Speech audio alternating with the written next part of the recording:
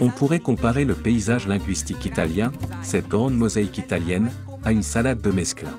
Le mélange de pousses et de feuilles de plantes potagères qui forment un tout. Il en est de même pour la langue italienne. C'est une langue nationale qui est le résultat de la confluence de dialectes nombreux et divers.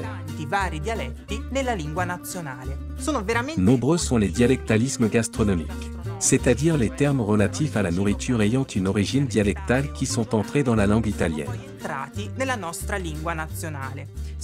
Souvent après la Seconde Guerre mondiale, au moment de l'industrialisation. Fontina, Grissino, Giordviotto, Piémont, Stracchino, Panettone, Risotto, Lombardie, Piada ou Piadina, Émilie-Romagne, et encore Abacchio, Suppli, Saltimbocca, Italie centrale, Pozzrotto, Tarallo, Mozzarella, Italie du Sud et Naples, Cassata et Canolo, Sicile. Certains dialectalismes ne se sont pas contentés de passer dans la langue italienne. Ils ont franchi les frontières, devenant ainsi des italianismes gastronomiques. Prenons quelques exemples. On observe dernièrement au Japon un certain engouement pour le maritozzo, un gâteau de Rome. Garni de crème fouettée, et il est désormais fréquent de voir ce gâteau exposé dans les vitrines des pâtisseries avec l'appellation italienne de maritozzo. En Amérique du Sud, le terme polenta est entré dans la langue espagnole argentine avec le sens de vigueur physique puissance. Et il est vrai que la polenta a été pendant des siècles une nourriture de survie dans l'Italie du Nord. Une nourriture pauvre certes, mais énergisante.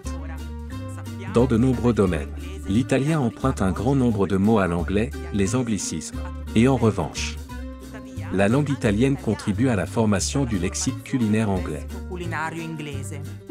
Pas en ce qui concerne un pseudo-italianisme comme le tutti frutti d'Elvis Presley. Mais c'est bien le cas du mot artichoke. Carciofo, artichaut en français, un mot qui vient de l'italien du Nord, artisioco, et qui a été adapté en anglais dès le XVIe siècle. En anglais américain, on utilise l'italianisme fettunta, terme identique au mot toscan fettunta, qui désigne une sorte de bruschetta. Terme qui lui-même est un dialectalisme provenant du latium. Très récemment, une étude a signalé la présence dans un dictionnaire anglais de plusieurs dizaines de termes culinaires d'origine italienne, non adaptés. Cela va de Amarone à Robiola en passant par Caponata, Carpaccio, Pandoro et Pappardelle. Un grand nombre de ces mots italiens qui désormais appartiennent aussi à l'anglais ont une origine dialectale. C'est le cas par exemple de pasta fazool de l'anglais américain, qui est calqué sur le napolitain pasta e fazool, pâte au flageolet, une expression citée dans la célèbre chanson d'Ed Samore, par ailleurs. En allemand jusqu'au XVIe siècle, au lieu du terme actuel de Bonan, on utilisait le terme fazolenne pour désigner les haricots. Et pour finir, je veux évoquer le terme venant du sicilien, muffuletta, qui désigne un petit pain rond originaire de Sicile. Dans ce cas, on connaît précisément le nom de la personne ayant exporté ce mot et ce pain. En Louisiane, il s'agit de Salvatore Lupo, un Sicilien. Aujourd'hui, le mot muffuletta sandwich est très répandu et il désigne même un sandwich particulier et typique de la Nouvelle-Orléans. Il existe donc un grand nombre de mots originaires de certaines régions d'Italie, qui ont voyagé et se sont répandus dans le monde entier, en emportant avec eux des traditions, des coutumes, des liens affectifs et des souvenirs.